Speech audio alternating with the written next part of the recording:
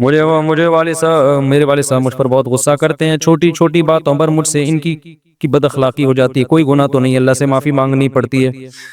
دیکھو ماں باپ کا تو بہت بڑا حق ہے، لیکن یہ ایک حقیقت ہے کہ بعض دفعہ ماں باپ کی طرف سے بھی یقیناً بہت زیادتی ہوتی ہے، وہ بلا وجہ اولاد کو ٹارچر کرتے ہیں۔ یہ ہم نے بھی اسی سوسائٹی میں پڑھے ہیں نا، پلے بڑے ہیں، تو ہم نے بھی دیکھا ہے۔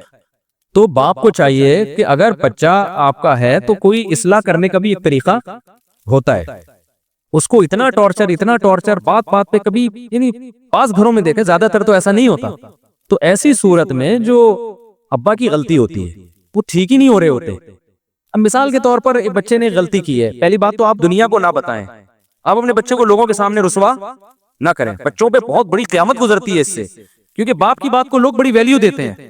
اب بچہ سنتا ہے یار میرا ابا ہی میری عزت نہیں کروا رہا لوگوں کے سامنے، تو اس سے شیطان کو بچے کو باپ کے خلاف ورغلانے کا موقع ملتا ہے۔ تو باپ کو کبھی بھی اپنے بچے کو لوگوں کے سامنے رسوا، گھر کی بات گھر کے اندر رکھو، رشتہ داروں کا ابے یہ ایسا ہے، ابے یہ یوں ہے، ابے یہ یوں ہے، تو بس سمجھ لو اب وہ بہت کم چانس ہے اس کے ٹھیک ہونے کا۔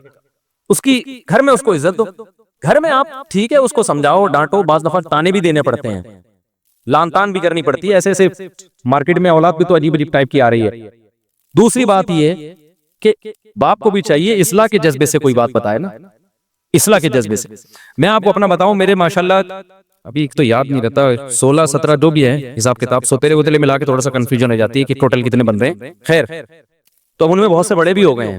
میں نے زندگی میں، یعنی میرے 20 سال تو میرے خیال ہو گئے ہوں گے میرے جب سے بچے پیدا ہونا شروع ہوئے تھے، تو کچھ بچے شادی بھی ہو گئی، میری بیٹیوں کی بھی شادی ہو گئی۔ میں نے اس 20 سال کے عرصے میں اپنے بچوں کو شاید 2 دفعہ پوری زندگی میں کسی بچے پہ ہاتھ اٹھایا ہو، وہ بھی 1 یا 2 تھپڑ، یا بہت زیادہ 3 تھپڑ سے زیادہ نہیں مارا ہوگا، وہ بھی نماز نہ پڑھنے پر۔ سمجھ میں آ رہی بات؟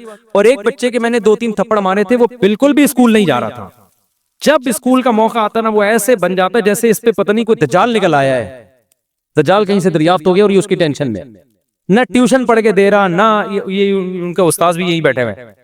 تو جب بہت زیادہ ہو گئے پھر بھی میں نے کہا نہیں بھائی آرام سے چلا جائے گا۔ گھر والوں نے کہا بھائی تھوڑا سختی کریں، تو روزانہ اسکول نہیں جا رہا ہے، پڑھ کے ہی نہیں دے رہا۔ پھر مجھے اپنا زمانہ یاد آیا کہ میں بھی نہیں جاتا تھا، تو ابا نے ایک دفعہ طبیعت سے اگلے پچھلے گناہ میرے معاف کر دیے تھے، تو اگلے دن سے جانا شروع ہو گیا تھا میں، ٹھیک ہے نا۔ مجھے وہ واقعہ یاد آ رہا، لیکن میں نے کہا نہیں، بچوں پہ ہاتھ نہیں اٹھتا یار، بچے ایسے پیارے ہوتے ہیں، ایسے معصوم ہوتے ہیں، تو دل ہی نہیں چاہتا ان کو یار، ان کی کیا ہے، وہ تو غلطی بھی کر رہے ہیں تو ہمیں تو اس پہ بھی ہنسی آ رہی ہوتی ہے۔ صبح جب وہ اٹھتا تھا نا ایسے جیسے قبر سے کسی مردے کو اکھاڑ رہے ہو، مجھے ہنسی آتی تھی اس پہ کہ یار اس پہ موت آ رہی ہے۔ ادھر ابا کے بیانات ہو رہے ہیں، فجر کی نماز، تکبیر، اور بچے کی حالت کیا ہے، اس کو اٹھا رہے ہیں تو ایسے لگ رہا ہے جیسے پتہ نہیں اس کو یہ ہو رہا ہے میں ابا کے گھر میں پیدا کیوں ہو گیا کہ مجھے فجر پڑھنی پڑ رہی ہے۔ تو اب 8 9 سال اس کی عمر تھی، تو زیادہ ہو گیا۔ پھر میں نے کہا یار یہ بالکل ہی اسکول نہیں جا رہا ہے، تو پھر ایک دن ہم نے طبیعت کا مطلب 4 5 تھپڑ لگائے ہوں گے، اس سے زیادہ نہیں، تو چند دن کے لیے جانا شروع ہو گیا۔ پھر وہی پوستی پن، نہیں جا رہا میں نے کہا بھاڑ میں جائے، نہیں جائے، ٹماٹر بیچے گا یہ، جاؤ، کیونکہ اب یہ تھوڑی کہ جنگلی بن جائے یار بچوں کو مار مار کے، نہیں لگ رہا ہے کہ ہر آدمی کو ہر کام کے لیے اللہ نے پیدا نہیں کیا۔ پھر اس کو حفظ میں ڈالا، حفظ ہی نہیں کر کے دے رہا۔ دوسرا بھائی ہے ماشاءاللہ ٹھکا ٹھک نکل گیا، حافظ بن گیا، تراویح پڑھائی اس دفعہ اس نے گھر میں، یہ والا پڑھ کے ہی نہیں دے رہا، جو کام بولو اس پہ پتہ نہیں۔ پھر میں نے ڈاکٹر کو بتایا، میں نے کہا کوئی سیٹنگ تو نہیں آؤٹ ہوئی بھائی اس کی، کوئی ملٹی وٹامن دی ہے اس نے، کوئی طاقت کی دوا دی ہے، میرا ارادہ ہے اس کو ساری سیٹنگ کروا لوں، کوئی وٹامن شٹامن بھی بعض دفعہ آگے پیچھے ہو جاتے ہیں بچوں کے، تو ایک ٹیسٹ کروانے کا میرا ارادہ ہے کہ لیب میں ٹیسٹ کروا دوں، کوئی کمی ہو رہی ہے۔ لیکن پھر بھی اگر نہیں ہوگا تو پھر بھائی ہم کیا کریں گے، بس اس پہ خوش ہوں گے الحمدللہ، سٹا نہیں لگاتا الحمدللہ، غلط لڑکوں میں بیٹھ نہیں رہا ہے، بڑا ہو جائے گا خود ہی اپنا مستقبل سمجھ لے گا۔ ابھی تو بس یہ کرو کہ غلط صحبت میں نہ بیٹھے، نہ پڑھے یار، نہیں پڑھ کے دے رہا، سب لوگوں کو اللہ نے پڑھنے کے لیے پیدا نہیں کیا۔ تو میرے گھر والے کہہ رہے تھے کہ اس کے ٹماٹر بکوانے، اس سے کیا کرنا ہے، اس کو کچھ تو کہیں تو لگاؤ۔ میں نے کہا مجھے لگ رہا ہے کہ میں جو بیانات میں مثال دیتا ہوں نا کہ زیادہ ٹینشن نہ لو، تو کیا ہوگا، زیادہ زیادہ ٹماٹر بیچے گا، تو وہ اللہ نے شاید سن لی ہے میری، اللہ کہے کہ سب سے پہلے تیرے اوپر فٹ کروں گا، تو مجھے کوئی ٹینشن نہیں ہے، میں کیوں ٹینشن لوں؟ میں تو یار، میں جب سفر سے آتا ہوں سلام کرتا ہے، خوش ہوتا ہے۔ بچے تو ایسے ہی ہوتے ہیں نا، ابا کے آنے سے کھلونے، ابھی بقرعید ہے وہ شور مچا کے رکھا ہوا ہے، گائے چاہیے گائے چاہیے گائے چاہیے، تو ہمیں تو جب یہ بچوں سے یہ خوشی مل رہی ہے تو بڑے ہو کے بھی بہت سے پڑھ لیتے ہیں۔ میں تو بڑے ہو کے ہی پڑھا ہوں بھائی، بچپن میں تو ہم نہیں پڑھے، ہم نے تو بچپن میں پٹے بھی، مارے بھی کھائیں، اسکول تو جانا شروع ہو گئے تو پڑھ کے پھر ہم تو پڑھ لکھ لو، کچھ کام کے بن جاؤ گے۔ میں تو بڑے ہو کے پڑھائی شروع کی ہے، حفظ بھی میں نے بڑے ہو کر کیا ہے، بچپن میں حفظ نہیں کیا، بڑے ہو کر میں پوری مولوی بننے کے بعد میں نے حفظ کیا ہے، ٹھیک ہے نا، اپنے طور پر حفظ کر لیا. تو جب شوق ہوتا ہے تو سب کچھ ہے. اگر چترول لگا لگا کے بچے کو آپ نے انسان بنانے کی کوشش کی نا تو پتہ نہیں کیا بن جائے گا وہ. ہاں نشے والے میں نہ بیٹھنے دو کہ بچہ چرس پی رہا تھا، آپ نے کہا محبت سے سمجھایا، دوبارہ چرس پینے لگا، اب نہیں، یہ چیز برداشت کے قابل نہیں ہے، پھر تو اس کو بند کرنا پڑے گا گھر کے اندر. پھر بھی مار دھاڑ کے بجائے کوئی اور طریقے اختیار کرو، گھر میں بند کر دو اس کو، بری ایکٹیویٹیز سے روکو. سمجھتے ہو کہ نہیں سمجھتے ہو؟ تو اس لیے باپ کو بھی چاہیے بھائی بچوں کو محبت دے، وہ تمیز سے سمجھائے، ان کو رسپیکٹ دے، ان کو یہ احساس ہو کہ ابا ہمارا. دیکھو جس باپ کے گھر میں آنے سے بچوں کو خوشی کے بجائے ٹینشن ہونا شروع ہو جائے وہ کامیاب باپ بولو نہیں. اب چونکہ مجھے اپنے ابا یاد آنے لگتے ہیں نا تو پھر میں ذرا جذباتی ہو جاتا ہوں. وہ ہمارے ابا جب گھر میں آتے تھے ہمیں خوشی ہوتی تھی. ہم پنجاب گئے ہوئے تھے، 2 مہینے کی چھٹیاں ہم پنجاب میں گزارتے تھے، تو ہمارے ابا یہیں ہوتے تھے، تو ہمیں پتا چلا ہمارے ابا بھی آ رہے ہیں تو ہمیں اتنی خوشی، یار ابو بھی ہمارے ساتھ یہیں رہیں گے چھٹیوں میں. تو اگر کوئی کسی باپ کے گھر میں آنے سے بچوں کو ہو رہی ہے خوشی تو اس کا مطلب وہ ابا کیا ہے، صحیح ہے. اور جہاں بچوں کو یار ابا ہے نا پھر آ رہے ہیں ٹھیک ہے تو یہ مطلب ہے کہ یہ ہو سکتا ہے ابا میں فالٹ ہو. بعض دفعہ اولاد میں بھی فالٹ ہوتا ہے، وہ ایسی الٹی حرکتیں کر رہے ہوتے ہیں کہ ابا آنے سے پتا ہے کہ ڈانٹ پڑے گی، لیکن یہ ابا کے بھی تھوڑے سے فالٹ ہونے کی علامت ہے. تو بچپن سے کنٹرول کرو، بری صحبت سے بچاؤ. بچہ فطرت پہ پیدا ہوتا ہے، حدیث میں آتا ہے کل مولود یولد علی الفطرہ، ہر بچہ نیک ہی پیدا ہوتا ہے، اس کو ماحول بگاڑتا ہے. تو بچے کی تربیت کرنا کوئی مشکل کام نہیں ہے، بس بگڑنے سے بچا لو اس کو. اس کے دوستوں پہ نظر رکھو. میں اس کی نظر کوشش کرتا ہوں کہ بیٹھ کن لوگوں میں رہے، ایسا نہ ہو کہ غلط لڑکوں میں بیٹھنا. اور یہ اسکول خراب کرتے ہیں، اچھے اچھے گھروں کے بچے ہم نے اسکولوں میں بگڑتے ہوئے دیکھے ہیں. اس لیے نہیں کہ اسکول ان کو بگاڑ رہا ہے، اس لیے کہ اسکول میں بعض دفعہ ان کی جو دوستیاں ہوتی ہیں وہ ایسے لڑکوں سے ہو جاتی ہیں، وہ لڑکے ان کو موبائل میں غلط چیزیں دکھا کے، نشہ اور یہ الٹی الٹی باتیں کر کے، ابے تمہارا ابا تو تمہیں کچھ کرنے نہیں دیتا، ابے تمہیں سینما گھر نہیں جانے دیتا، ابے تمہیں فلم نہیں دیکھنے دیتا، اس طرح کی باتیں نا دوست بچوں کو سکھا سکھا کے ماں باپ کے خلاف ورغلا رہے ہوتے ہیں. بلکہ ایسی باتوں سے عورتیں بعض دفعہ عورت کو شوہر کے خلاف ورغلاتی ہیں. میرے سامنے ایک طلاق کا کیس آیا، ایک میاں بیوی کی بہترین زندگی گزر رہی تھی، آسٹریلیا میں تھے وہ، شوہر آسٹریلیا سے موو کر کے، بہت پرانا قصہ ہو گیا، بہت مشکل ہے کہ اصل تک پہنچے. وہ شوہر آسٹریلیا سے موو کر کے جاب کے سلسلے میں بینکاک آ گئے. وہ بندہ کہتا ہے کہ میں نے اپنی بیوی، میری بیوی کے ساتھ بہت اچھی گزر رہی تھی، تو کہتا ہے کہ میں نے کیا اپنی بیوی کو ایک درس قرآن میں بھیجنا شروع کر دیا. اب درس قرآن سے تو اور محبت پیدا ہوگی نا، لیکن الٹا کام شروع ہو گیا. کہہ رہے میری بیگم کیا ہوئی، اس کے جو تیور ہے نا روزانہ میں نے دیکھا بدل رہے ہیں. اس کی مجھ سے وہ محبت نہیں جو پہلے تھی، اور مجھ سے مطالبہ شروع کرنے لگی آسٹریلیا رہنا ہے مجھے. تھائی لینڈ آسٹریلیا کی نسبت تو تھوڑا سا کم لیول کا ہے نا، اور مجھے یہاں نہیں رہنا، مجھے فلانی ملک میں رہنا ہے. اور یہ کہہ رہے ساری ضرورتیں پوری کر رہا ہوں. میں حیران تھا کہ درس قرآن میں جا کے بگڑ کیوں رہی ہے. پتہ یہ چلا کہ وہاں کچھ خواتین بیٹھی ہوئی ہیں جنہوں نے اس سے دوستی لگا لی ہے اور وہ اس کو ورغلا رہی ہیں. آئی بات سمجھ میں؟ درس میں تو یہی میاں بیوی کے حقوق بیان کیے جا رہے ہیں، درس دینے والے بھی بڑے اچھے آدمی تھے، لیکن عورت کیا کر رہی ہے؟ وہاں کوئی فسادی عورت تھی، وہ کیا کر رہی ہے؟ بھائی تم آسٹریلیا جیسے کنٹری کو چھوڑ کر یہاں آ گئی، تمہارا دماغ خراب ہے. اب وہ بندے کی مجبوری ہے، وہ کہہ رہے آسٹریلیا کا ماحول تھائی لینڈ سے زیادہ خراب تھا ان کے بقول. وہاں بچے کے بگڑنے کا چانس، تھائی لینڈ میں گیا ہوں، دو دفعہ گیا ہوں. تھائی لینڈ میں مخصوص علاقے تو ہیں جہاں بہت زیادہ بے حیائی ہے. نارمل جو گھروں کے حالات ہیں وہ یورپ سے اچھے ہیں، یعنی بچے آرڈر پہ نہیں بگاڑے جاتے وہاں پہ. تبھی انڈیا کی بہت ساری فیملیز تھائی لینڈ موو کر گئی ہیں. تو کوئی بھی بینکاک یا تھائی لینڈ جا رہا ہو نا تو فوراً فتوانہ لگا دیا کرو عیاشی کرنے جا رہے ہیں. بعض دفعہ عیاشی سے بچنے کے لیے جا رہا ہوتا ہے کہ دنیا کے حالات اس سے بھی زیادہ خراب ہو چکے ہیں بہت سے علاقوں کے. کہہ رہے نتیجہ کیا نکلا، اتنی تو میں اتنے مسائل ہوئے نا کہ بالآخر طلاق ہوئی ہمارے درمیان. اور کہہ رہے میں یہ سوچتا تھا کہ میں نے اس کو درس قرآن میں کیوں بھیجا. تو درس قرآن نے اس کو نہیں بگاڑا، اس کو بگاڑا کس نے؟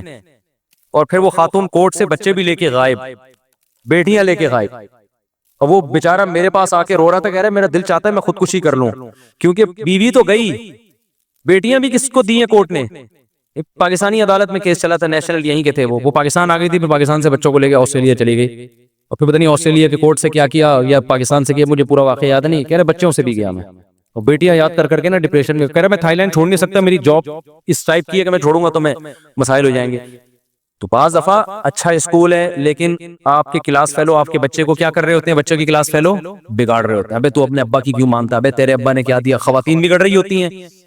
مجھے یاد ہے جب میں نیا نیا اس علاقے میں آیا تو میری مالی حالت بہت زیادہ اچھی نہیں تھی اس وقت، اچھی تھی لیکن ایسا نہیں تھا کہ کوئی ڈیفینس یا گلشن اقبال میں جو ان کا اسٹیٹس زیادہ اچھا ہے.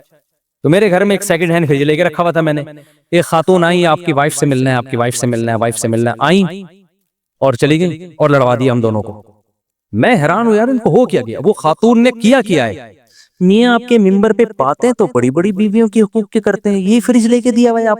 یہ بات ہوگی 2004 کی یا 3 کی. اور مسجد کا گھر تھا، مسجد والوں نے گھر دیا ہوا تھا مجھے. مسجد والے بھی آپ کو پتا ہے جو گھر دیتے ہیں نا اس میں چونا ہوتا ہے نا کوئی، یہ بھی نہیں تھا بہت ہی. وہ تو اب میں نے ریپیئر کروا کے کچھ، گھر تو اب بھی مسجد کا ہے لیکن کچھ اس کو ریپیئر کروا کے صحیح کر، تاکہ کوئی خاتون آگے لڑوائے تو نہیں کم از کم. ٹھیک ہے. تو وہ خاتون آئی. اب میرے گھر والوں سے نا میں دیکھ رہا ہوں کہ تیور ٹھیک نہیں ہے. اس کے پیچھے جب تحقیق کی تو پتا چلا کہ وہ خاتون آئی ہیں اور بولی ہیں تمہارے میاں ممبر پہ تو بیویوں کے حقوق. اس وقت میرے بیانات تو ہوتے تھے، یوٹیوب نہیں تھا لیکن ویسے لوگوں میں بیانات شیئر ہوتے تھے، جاتے تھے آڈیو کے ذریعے اور بہت سی خواتین بیان سننے آتی تھی. فریج دیکھو یہ لے کے دیا ہوا ہے، اور گھر میں صوفے دیکھو. اچھا مجھے میرا خیال ہے صوفے بھی نہیں تھے، میں نے گاؤں تکیے رکھے ہوئے تھے جیسے پٹھان لوگ نہیں ہوتے رکھتے وہ اپنے اس میں قالین، ہم اسی پہ خوش تھے بھائی پٹھانوں والا اسٹائل ہے بھائی. اور یہ صوفے بھی نہیں لے کے دیے ہوئے اور یہ بھی نہیں دیا ہوا اور وہ بھی نہیں. گھر والوں کا دماغ ایسا خراب کیا نا. پر میں نے سمجھایا ہی ہوگا، میرا خیال ہے کہ یہ اگر یہ عورت نیک ہوتی تو یہ آ کے سمجھاتی کہ ماشاءاللہ بھائی فریج بھی ہے گھر میں الحمدللہ. ٹھیک ہے نا، بھلے سیکنڈ ہینڈ ہے لیکن تو عورت کا کام آگ لگانا بھی ہے، آگ بجھانا. تو وہ خواتین جو میرا بیان نہیں سنتی وہ فائر بریگیڈ میں جاب نہیں کر سکتی کیونکہ ان کا کام آگ لگانا ہے، آگ بجھانا نہیں ہے. لیکن جو خواتین بیان سن رہی ہیں وہ ایسا نہیں کرتی، دیندار عورت نہیں کرتی ایسا. تو بچوں کو وہ خلاصہ یہ نکلا کہ ابا کو چاہیے بھائی بچوں کو طنز تانے نہ کیا کرو، بہت اس سے آگے معاملہ خراب چلتا ہے. اور دل پتہ نہیں کیسے چاہتا ہے، اور اولاد سے تو انسان کو ایسی محبت ہوتی ہے کہ دل ہی نہیں چاہتا اس پہ. تو میں نے زندگی میں 2 دفعہ مجھے یاد پڑتا ہے ہاتھ اٹھائے بچے پہ، اور وہ بھی ہاتھ اٹھانے کے بعد جو اس کی تلافی کی ہے وہ تلافی ہاتھ اٹھانے سے زیادہ مہنگی پڑی ہے مجھے. کیونکہ جب ظاہر ہے ہمارے ابا یہ کرتے تھے، جب ہمیں کٹ لگاتے تھے تو پھر اس کے بعد الگ سے پروٹوکول دیتے تھے. کیونکہ جب بڑے چھوٹوں کو مارتے ہیں نا، یہ سختی کرتے ہیں تو شیطان آ کے بجائے تربیت کرنے کے نا وہ ورغلانا شروع کر دیتا ہے. تو شیطان کا راستہ بند کرنے کے لیے پھر بڑے پر لازم ہوتا ہے کہ پھر وہ الگ سے بچے کو عزت دے، تاکہ بچے کو یہ احساس ہو کہ ہمارا باپ ہمارا دشمن نہیں ہے، اس نے ہماری اصلاح کے لیے ہاتھ اٹھایا. تو ہمارے ابا سے بھی ہم نے تو بہت ہی کٹ کھائی ہے اپنے ابا سے الحمدللہ. اس زمانے میں کٹ کا دور تھا. اب تو بچوں میں وہ فینسی قسم کی مرغی جیسے بچے پیدا ہو رہے ہیں. ہم نے تو پائپوں سے مارے کھائی ہیں، ان کو پتا ہے ہمارے ابا کتنے سخت تھے. تو پائپوں سے الحمدللہ طبیعت سے کٹے ہیں، لیکن ہمارے دل میں منفی جذبات نہیں آتے تھے. پھر ابا بعد میں بٹھا کے اتنی محبت اور پھر تھوڑا سا خرچہ پان گٹکے کا پان گٹکا نہیں تھا، یہ نہیں خرچہ دیتے. تو جب ایسے ہو تو پھر بچے کی تلافی کرنی چاہیے. اس کو پھر کیا کرنا چاہیے، تھوڑے سے پروٹوکول بھی دیں، پیسے ویسے دے دیں تاکہ وہ خوش ہو جائے. پھر دیکھو پیسوں سے کر کیا رہا ہے، ایسا نہ ہو جا کے سٹے لگا رہا ہو دوبارہ. لیکن بہرحال اولاد پر یہی ہے کہ ابا اچھے ہوں یا ابا برے ہوں، اس نے اگر جنت کمانی ہے تو ہر قیمت پہ ابا کو برداشت کرے. ٹھیک ہے نا، وہ یہ نہ دیکھے میرے ابا مجھے محبت دے رہے ہیں یا نہیں دے رہے، وہ دیکھیں یار میرا باپ ہے، میری جنت کیا ہے، میری جنت اللہ نے اس کو خوش کرنے میں رکھی ہے. وہ یہ چیز ہے نا، یہ تو اولاد کے لیے. اور پھر بھی اگر حالات صحیح نہیں ہو رہے نا، ابا بیٹے کی چپکلش چل رہی ہے، ابا ہر وقت آنے، ابا ٹھیک نہیں ہو کے دے رہے اور آپ سے برداشت سے معاملہ باہر ہو رہا ہے، تو پھر کنارہ کشی اختیار کر لینی چاہیے. کیونکہ بڑے گناہ سے بچنے کے لیے ضروری ہے کہ آپ، گناہ تو نہیں ہے یہ، کیونکہ کنارہ کشی قطع تعلق نہیں ہے، بلکہ الگ رہنا شروع کر دیں، آپ ابا سے تعلق رکھیں. بڑی نیکی یہ ہے کہ ابا کے ساتھ رہیں، لیکن یہ بڑی نیکی ذریعہ بن رہی ہے بڑے گناہ کا. تو بڑے گناہ سے بچنے کے لیے ضروری ہے کہ وہ بڑی نیکی کو آپ چھوڑ دیں. تو بالغ ہونے کے بعد ابا کے ساتھ رہنا شرعاً ضروری نہیں ہے. سمجھ میں آ رہی ہے بات؟ جب لڑکا بالغ ہو جاتا ہے تو شریعت میں اس پہ لازم نہیں ہے کہ ابا کے ساتھ ہی اسی گھر میں رہے. شریعت نے اس کو یہ رائٹ دیا ہے کہ آپ کما کے اپنا الگ رہنے کا انتظام کر سکتے ہو، لیکن ابا کی خدمت میں لگے رہو آپ. تو جب ایسے معاملات ہوتے ہیں، بہت زیادہ معاملہ خراب ہوتا ہے، تو پھر میں اولاد کو کہتا ہوں یار پھر کیونکہ روزانہ چڑچڑ پڑپڑ سے اب بچہ بھی ڈپریشن میں جاتا ہے، پھر بدتمیزی ہوتی ہے، پھر اور لڑائیاں ہوتی ہیں، قتل و غارت تک نوبتیں پہنچ جاتی ہیں. تو پھر بیٹے کو چاہیے بھائی ابا سے کیا کر لے، کنارہ کشی اختیار کر لے، پھر ہیلو ہائی کرتا رہا کرے، ابا کی خدمت کرتا رہا کرے. لیکن 24 گھنٹے ساتھ رہنے سے محبت کم ہونے کے بجائے بڑھتی ہے، بلکہ ہر رشتہ دار میں. بعض رشتہ دار ایسے ہوتے ہیں ان کے ساتھ آپ زیادہ تعلق رکھیں گے نا تو محبت بڑھنے کے بجائے کیا ہوگی؟ کم ہوگی، نفرت بڑھتی. تو ریزرو رہیں ان سے. میرے ساتھ ایسے لوگ ملنے کے لیے آتے ہیں، مجھے پتا ہے تھوڑی دیر اور بیٹھے رہے تو میں اس سے لڑ جاؤں گا. اتنی محبت کا اظہار کر رہے ہیں کہ میرا اس سے کیا ہو جائے گا، پٹھا ہو جائے گا تھوڑی دیر. اس لیے میں کہتا ہوں بھائی میں ذرا مصروف. اچھا میرے بھائی، میں نے بڑے بڑے کام کاج نہیں کرتے، کافی ڈانٹ ٹپٹ کر لیا، کوئی فائدہ نہیں ہے. آپ کو نصیحت کریں، جو بڑا بھائی کسی میں ایسا اللہ نے کوئی مائی کا لال پیدا نہیں کیا جو بڑے بھائی کو ٹھیک کر لے، یہ ہو ہی نہیں سکتا. تو وہ ٹھیک نہیں ہوگا. بس صبر کرو، برداشت کرو، اپنے بیوی بچوں کی فکر کرو، ان کی اس کو چھوڑ دو اپنے حال پہ. بڑا نہیں ٹھیک ہوتا بھائی. اگر کسی کا ہدف ہے 1 سال میں مجھے یہ ہدف پورا کرنا ہے تو وہ پلاننگ کرنے میں 2-3 کیا بنیادی اصول اختیار کرے اور کس طرح 2-3 اسٹیپ لے. بھائی ہر ہدف کا ایک الگ ضابطہ ہوتا ہے نا. ہدف کیا بنایا ہے اس کو بریک کرے نا، اس کو توڑے ٹکڑوں میں. آپ نے پلاننگ کی کہ 2 سال میں نے یہ کام کرنا ہے، تو پھر اس کے لیے مجھے 1 سال میں کہاں تک پہنچنا ہے، 6 مہینے میں کہاں تک پہنچنا ہے، 2 مہینے میں کہاں تک پہنچنا ہے، 1 مہینے میں کہاں تک پہنچنا ہے، اور اس ہفتے میں نے کیا کرنا ہے. اس طرح توڑیں گے تو پھر پہنچنا آسان ہوگا. پھر 2 سال میں نہیں بھی ہوا تو 4 سال میں ہو جائے گا. وہ میرے والے جو اگر ماں باپ بوڑھے ہوں تو کس طرح ان کی خدمت کی جا سکتی؟ عمرہ کروانے سے بہتر اور کیا کیا شکلیں. بھائی جس طرح بھی وہ خوش ہوں، جس چیز میں ان کی راحت ہو. بعض دفعہ ماں باپ عمرہ کرنے سے خوش نہیں ہو رہے ہوتے، بعض دفعہ وہ ویسے خوش ہوتے ہیں ہمیں عمرے کے پیسے دے دو، ٹھیک ہے نا، اس سے خوش ہو رہے ہوتے ہیں. تو بہت سارے طریقے ہیں. وہ اولاد کو زیادہ پتہ ہوتا ہے. ابا اس سے خوش ہوتے ہیں ان کی ایک اور شادی کرا دو، لیکن اماں اس سے خوش نہیں ہوں گی تو پھر آپ نہ کرائیں. آپ نہ کرائیں یہ کام. وجہ اس کی ہے کہ آپ خود اپنی اماں پہ سوکن لے کر آنا، کوئی اور لے آئے، آپ نہ یہ کام کریں. یہ بالکل ایسے جیسے اپنے داماد کی دوسری شادی کرانا، یہ ٹھیک نہیں ہے. داماد کو کرنے تو جتنی چاہے شادیاں کریں، لیکن آپ کراؤ گے تو یہ قطع رحمی ہے. کیوں؟ آپ کی بیٹی کے دل میں باپ سے کیا آئے گی؟ نفرت آئے گی. تبھی نبی صلی اللہ علیہ وسلم سے حضرت علی نے پوچھا نا تو آپ نے اس کو پسند نہیں کیا، کیونکہ ہر چیز کو اسلام اس کا موقع دیتا ہے. تو آپ شادی کرو، کس نے روکا ہے آپ کو؟ کیونکہ کیا ہوتا ہے جب باپ کہے گا نا داماد کو تو بیٹی کہے گی کہ ابا میرے اوپر سوکن لانے کا ذریعہ بنے. وہ شوہر سے الگ لڑے گی، باپ سے الگ لڑے گی. تو ہر چیز جیسے اس کی مثال بالکل ایسے ہے کہ میں عورت کو کبھی نہیں کہتا کہ اپنے شوہر کو کہو کہ آپ دوسری شادی کریں. یہ عورت کے اوپر اس کی طاقت سے زیادہ بوجھ ڈال رہے ہو آپ. ایک تو اس پہ سوکن آ رہی ہے، دوسرا اس کے مشورے سے آئے. یہ ایسے ہے جیسے بکرے کو حکم دے رہے ہیں کہ ذبح ہو جائے لیٹنے کے لیے. بکرا کہے گا ایک تو قربانی میں مجھے لٹار ذبح کر رہے اور گرنے کا کام بھی میں خود کروں. نہیں، یہی بات میرا خیال ہے. دیکھو شریعت نے ہمیں حکم دیا ہے کہ ہم بکرا کاٹیں، بکرے کو حکم نہیں دیا کہ وہ کٹے. کیونکہ بکرے کے لیے یہ بہت بڑی آزمائش ہوتی کہ وہ کٹ بھی رہا ہے اور شور بھی نہ مچائے. وہ تو جب شوہر سوکن لے کر آتا ہے عورت پر تو شریعت نے اس کو شور مچانے کی اجازت دی ہے کہ اس پہ ظاہر ہے اس کی محبت تقسیم ہو رہی ہے، اس کو تو تکلیف ہوگی، یہ نیچرل ہے. تو اس کے ریلیٹیو کو نہیں کہا کہ اس کی اپنی بیٹی کے پر سوکن لانے کا داماد کو مشورہ دیں، اپنے بہنوئی کو مشورہ دیں کہ سوکن لائے. ہاں یہ ہے کہ جب وہ کرے تو آپ اس کی راہ میں رکاوٹ بولو نہیں بن سکتے. 3 بہنوئی ہیں تو کسی کو بھی میں نے آج تک روکا نہیں ہے کہ آپ کو دوسری شادی کی اجازت نہیں. کیونکہ لوگ مجھے تانے دیتے ہیں کہ 4 شادیوں کے بیان کر رہے ہیں، اپنے دامادوں کو کہے نا، اپنے بہنوئیوں کو کہے. تو بھائی ہمارے بہنوئی یا داماد نہیں کرنا ہو، مجھے کیوں بتا رہا ہے؟ صحیح ہے نا، مجھے کیوں بتا رہا ہے؟ جب اللہ نے قرآن میں اجازت دی ہے تو سب کو دی ہے. باقی ہم سے یہ توقع کہ ہم اس کو مشورہ دیں گے تو یہ شریعت کے مزاج کے خلاف ہے. کرنی ہے تو بھائی بیان تو سب کے لیے ہیں، جس سے کرنی ہے اپنی ذمہ داری پہ کرے. بلکہ ہمارا ناک منہ بننا بھی نیچرل ہوگا، تو آپ ہمارے ناک منہ بننے کی فکر ہی نہ کرو. کیا خیال ہے؟ ہم سے پوچھ کیوں رہا ہے بھائی وہ؟ تو یہ تو نیچرل ہے. حضرت فاطمہ پہ حضرت علی نے ارادہ کیا تو نبی صلی اللہ علیہ وسلم کو تکلیف ہوئی تھی، اور یہ تکلیف کیا ہے؟ نیچرل ہے. تو حضرت علی نے خیال کیا کہ نہیں کرتا، بعد میں کر لوں گا، کیونکہ اس زمانے میں رواج تھا. اب رواج ختم ہے تو اب ہم کہتے ہیں اب تو چاہیے کہ اس کو پروموٹ کرو سوسائٹی میں. سمجھتا ہے بات کو کہ نہیں سمجھتا؟ لوگ آ رہے ہوتے ہیں کہہ رہے ہیں میں دوسری شادی کر رہا ہوں، مفتی صاحب میرے سسر کو ترغیب دیں کہ مجھے کرنے دیں. میں کہتا ہوں بھائی، اور یہ آج بات نہیں کر رہا، جب میرے بیٹیاں نہیں تھی اس وقت بھی میں یہ بات کرتا تھا. لوگ کیونکہ تانا دیں گے کہ اب اپنی بیٹیاں ہو گئی نا تو اب بیان چینج ہو گیا ہے. تو جو میرے پرانے دوست ہیں، جب میری بچیاں نہیں تھی اس وقت بھی میں یہ بات کرتا تھا کہ سسر کو کبھی میں ترغیب نہیں دوں گا کہ اپنے داماد کو حکم دے کس کا؟ دوسری شادی کا. یہ سسر کا کام نہیں ہے، کیونکہ اس کا ریلیشن کس سے؟ بیٹی سے خراب ہوگا. اس سے بیٹی کے دل میں نفرت کے جذبات پیدا ہوں گے باپ سے کہ اپارے ہمارے جو ہے نا میرے باپ نے میرے شوہر کو یہ کام کروایا ہے. اور اس کی نظیر بھی ہمیں ملتی ہے. نبی صلی اللہ علیہ وسلم نے فرمایا، قرآن میں اللہ نے 2 بہنوں سے نکاح کو حرام قرار دیا ہے نا، ایک ہی ٹائم پہ آپ 2 بہنوں سے نکاح نہیں کر سکتے. اس کی وجہ نبی نے بیان کی ہے, لِأَنَّكُمْ تَقْطَعُونَ بِهِ أَرْحَامَكُمْ, آپ نے فرمایا اس سے رشتہ داری ٹوٹے گی, 2 بہنوں کی محبت سوکنوں کی نفرت میں تبدیل ہو جائے گی. تو اسلام نے آپ پر پابندی لگا دی, ایک بہن آپ کے نکاح میں, اس کے ہوتے ہوئے اس کی بہن سے آپ نکاح نہیں کر سکتے, کیونکہ بہنوں کی جو محبت ہے وہ کیا ہو جائے گی, وہ تبدیل. حالانکہ شادی ہو رہی ہے نا وہاں پہ, اور 4 شادیوں کی آپ کو اجازت ہے, لیکن یہاں کیوں نہیں ہے؟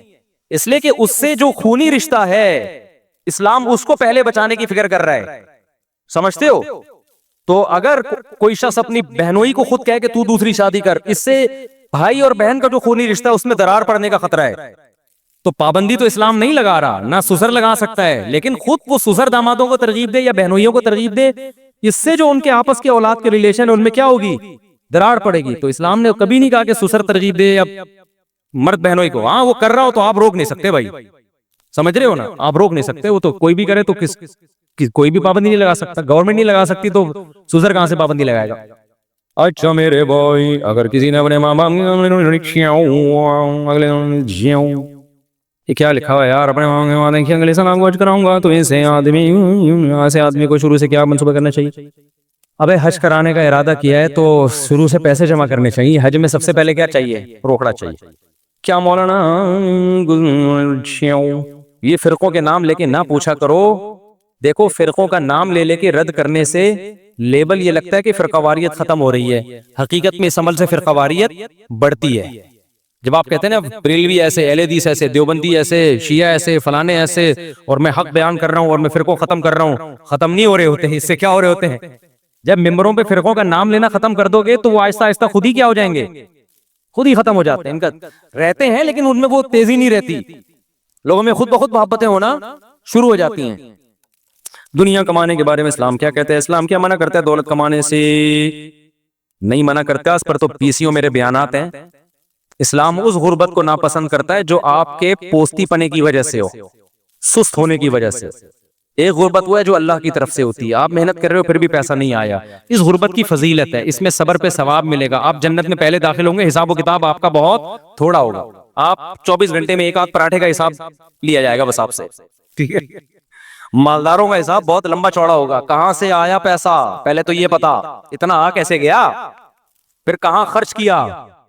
تو یہ دونوں جواب میں ٹائم لگے گا. اور غریب آدمی کہے گا اللہ آیا ہی نہیں تو خرچ کیا ہے, جو ہوا میرے اوپر ہی ہوا خرچ, لوگوں نے مجھے الٹا دیا ہے, تو جس نے دیا ہے اس سے پوچھ کہ کیوں دیا. یہ وہ غریب ہے جو سستی کی وجہ سے غریب نہ ہو, محنت کرتا ہو لیکن اللہ کی طرف سے. لیکن ہمارے ہاں جو غربت اس وقت پھیل رہی ہے نا نوجوانوں میں, یہ پوستیوں والی غربت ہے, کچھ کرتے ہی نہیں ہے, سارا دن فیس بک یوٹیوب پہ بیٹھے بیٹھے بیٹھے بیٹھے ادھر گٹر کے ڈھکن پہ جا کے بیٹھ گئے, یونیورسٹیوں میں پڑھ نہیں رہے ہیں, جا کے پھرے لے لے کے اور موبائل فونوں پہ کال کر کر کے پرچے حل کرا رہے ہیں. اس کے بعد جب روزگار نہیں ملتا تو پھر پریشان ہے یار, بے روزگاری بہت زیادہ بڑھ گئی ہے. میں آپ کو بتاؤں پاکستان میں کیسے ہی برے حالات ہوں, لیکن جو محنت کر رہا ہے نا اس کو مل رہا ہے, الحمدللہ محنت کرنے والے کو مل رہا ہے. اللہ نے بتایا, دیکھیے انسان کی فطرت ہے, جو اچھا آدمی ہوتا ہے, عقل مند آدمی ہوتا ہے, وہ آنے والی کل پر آج کو قربان کرتا ہے. آپ نے دیکھا ہوگا جو بچے اسکول نہیں جاتے, کھیل تماشوں میں وقت ضائع کرتے ہیں, انہیں والدین کیا نصیحت کرتے ہیں کہ ابھی کھیل کود میں ٹائم اگر ضائع کیا تو بیٹا کل تمہاری کیا ہو جائے گی, برباد. کہتے ہیں کہ نہیں کہتے؟ بول لو بھائی, اگر کہتے ہیں تو کہتے ہیں, کہنا چاہیے, اگر نہیں کہتے تو آج سے کہنا شروع کر دیں.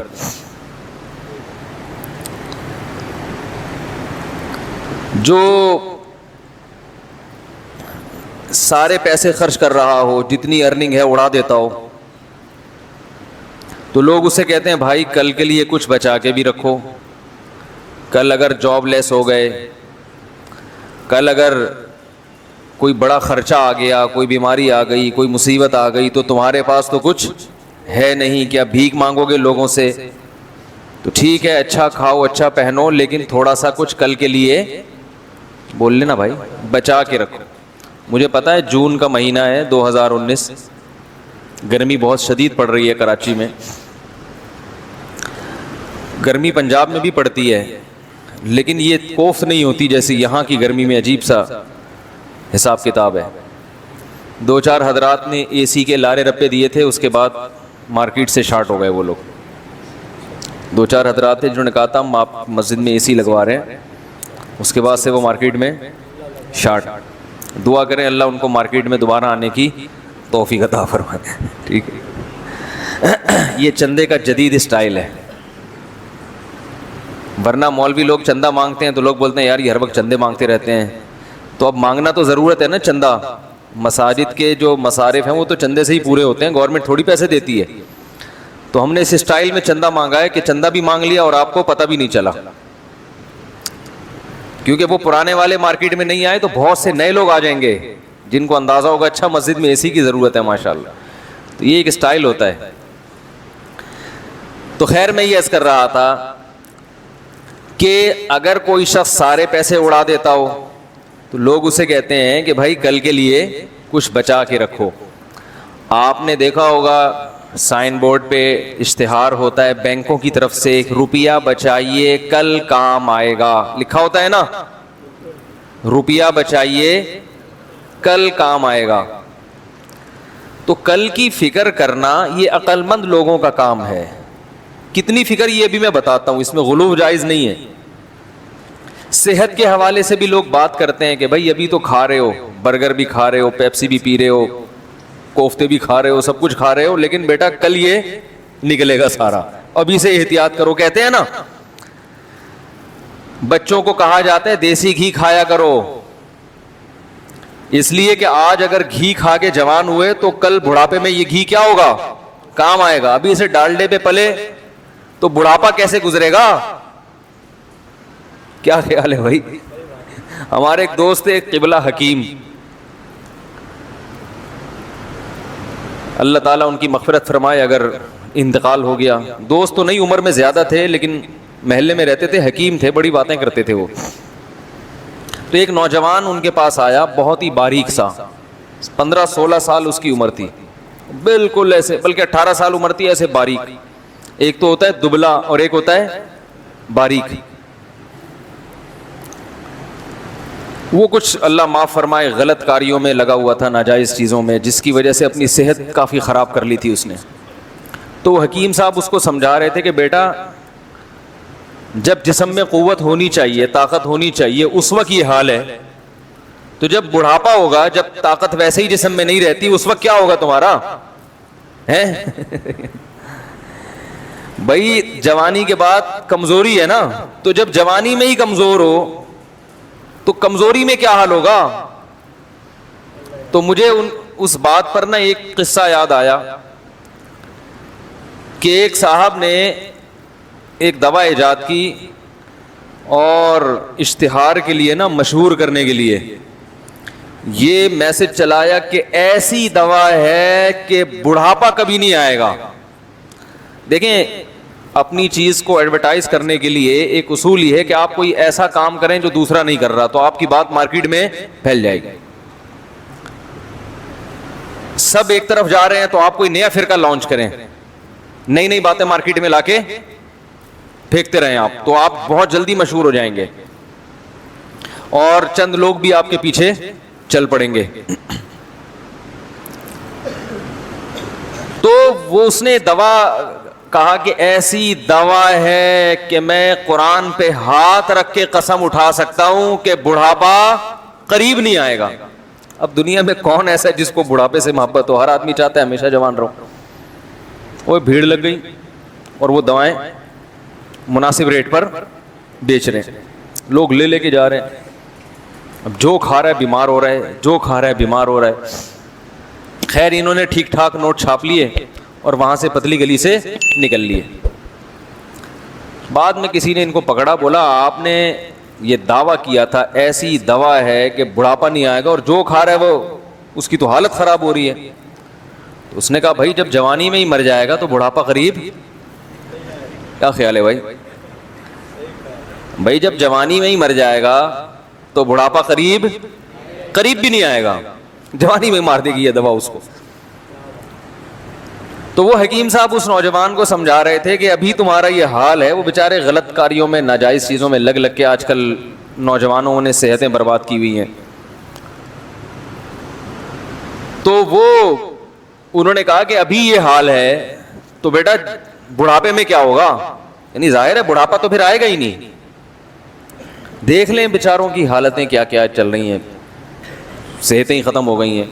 کچھ والدین نے ظلم کیا اولاد کے اوپر, ان کو الٹی سیدھی چیزیں کھلا کھلا کے.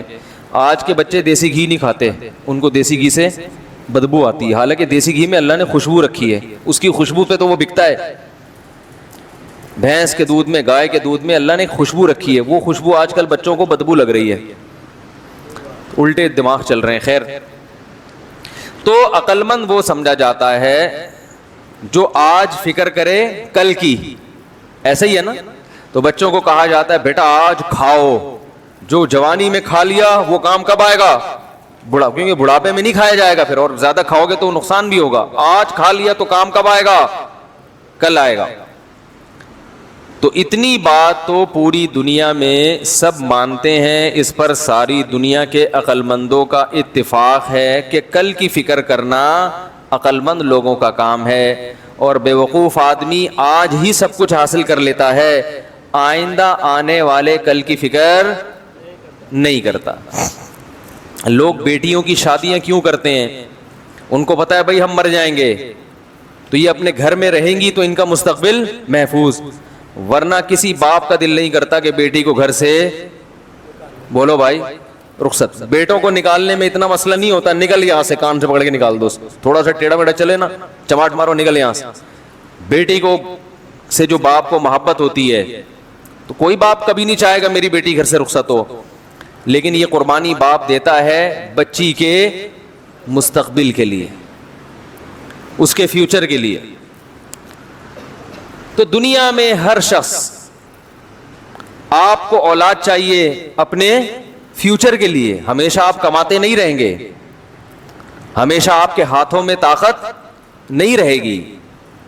ایک وقت آئے گا آپ پہ بڑھاپا ہوگا, پھر آپ پہ مختلف قسم کی بیماریاں حملہ کر سکتی ہیں, تو اس میں صرف آپ کی اولاد ہے جو آپ کی خدمت کرے گی, باقی کوئی بھی آپ کی خدمت اس طرح سے نہیں کرے گا. وہ کرائے پر رکھ لیں گے آپ کسی کو, ایک الگ بات ہے, وہ دل اور جان سے محبت کے ساتھ خدمت نہیں کرے گا آپ کی.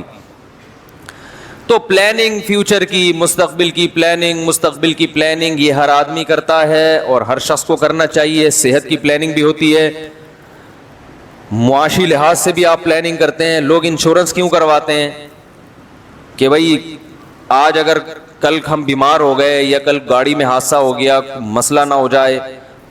تو اگرچہ انشورنس ناجائز ہے, حرام ہے, وہ طریقہ کار صحیح نہیں ہے, لیکن فیوچر کی پلاننگ کرنا یہ غلط بولو بھائی نہیں. یہاں تک میں اپنی بات سمجھا پایا ہوں. اب مسئلہ مسلمان میں اور کافر میں بڑا ہے. مسلمان کے ہاں جو کل کی ڈیفینیشن ہے وہ نہیں ہے جو کافر کے یہاں ہے. بہت مشکل ہے بھائی. کل کی جو ڈیفینیشن ہے نا ہمارے جو عرف میں, وہ 50-60 سال کی زندگی کو کل کہا جاتا ہے. حالانکہ یہ بہت چھوٹا کل ہے. اس کل کے لیے جتنی تیاری کی جا رہی ہے اتنی تیاری کی ضرورت نہیں ہے, کیونکہ یہ جو کل ہے نا جس کے لیے آپ تیاری کرتے ہو اور 40 سال تک کرتے رہتے ہو, تو یہ تیاری میں آپ کی آدھی سے زیادہ زندگی گزرتی ہے, اور اس کا آؤٹ پٹ جو حاصل ہوتا ہے اس کے لیے آپ کے پاس ٹائم بولو بھائی بہت تھوڑا ہوتا ہے. اب یہاں سے مشکل بات شروع ہو گئی. یہاں سے کیا شروع ہو گیا, ٹیکنیکل مسئلے اب آنا شروع ہو جائیں گے. دیکھو جو کل کی تیاری کی جاتی ہے وہ کب تک کی جاتی ہے, اکثر 40 سال تک تو فیوچر کی پلاننگ کرتے رہتے ہیں نا بھائی. آپ پہلے پڑھتے ہو, دیکھو 10 سال کا بچہ جو ہے نا, بچہ 7 سال میں جاتا, بلکہ میرا خیال ہے آج کل تو 4 سال, اسکول والوں کا تو بس نہیں چلتا, وہ کہتے ہیں بچہ پیدا ہمارے اسکول میں آگے کرو پھر ہم پڑھائیں گے اس کو. وہ تو فیسیں لینے کے چکر میں ہے نا. 7 سال سے پہلے بچے کو اسکول میں داخل نہ کریں, کھیلنے کودنے دیں اس کو, اس کی ذہنی گروتھ ہونے دیں. لیکن ایک اسکولنگ سسٹم ایسا مسلط کر دیا گیا ہے ہمارے اوپر اتنے اتنے چھوٹے چھوٹے بچوں کو, جن کے بیچاروں کو ماں باپ کی آنکھوں کی ٹھنڈک بنتے, گھر میں رہتے. خیر یہ پھر ٹاپک چینج نہ ہو جائے کہیں. تو بچہ اسکول میں جا کے پیدا کر دیا آپ نے, معذرت کے ساتھ, جو فیوچر میں اسکول آ رہے ہیں ان میں یہی ہوگا. بلکہ وہ بچے کی پیدائش سے پہلے ماں باپ کو پڑھانے کے لیے کہ آپ کے بچے کے لیے پہلے آپ کا پڑھنا بھی ضروری ہے, ٹھیک ہے نا, تاکہ پیدا ہوتے ہی بچے کو پڑھی لکھی ماں ملے. تو ہم نے ماں باپ کے لیے بھی ایک سینٹر کھولا ہوا ہے جن کی اولاد ہونے والی ہے. وہ ان کا مقصد ہے پیسے کھینچنا, تو وہ بہت پہلے سے پلاننگ کریں گے. تو بچے کی پلاننگ, جو دنیا کی پلاننگ ہے, وہ شروع ہو جاتی ہے 3-4 سال میں. آپ اس کا اسکول میں ایڈمیشن کرا دیتے ہو, اور بھاری بھرکم فیسیں دینا, بھائی بولنے پر کوئی پابندی نہیں ہے, بھاری بھرکم فیسیں دینا شروع کر دیتے ہیں آپ. یہ فیوچر کی کیا ہو رہی ہے, پلاننگ.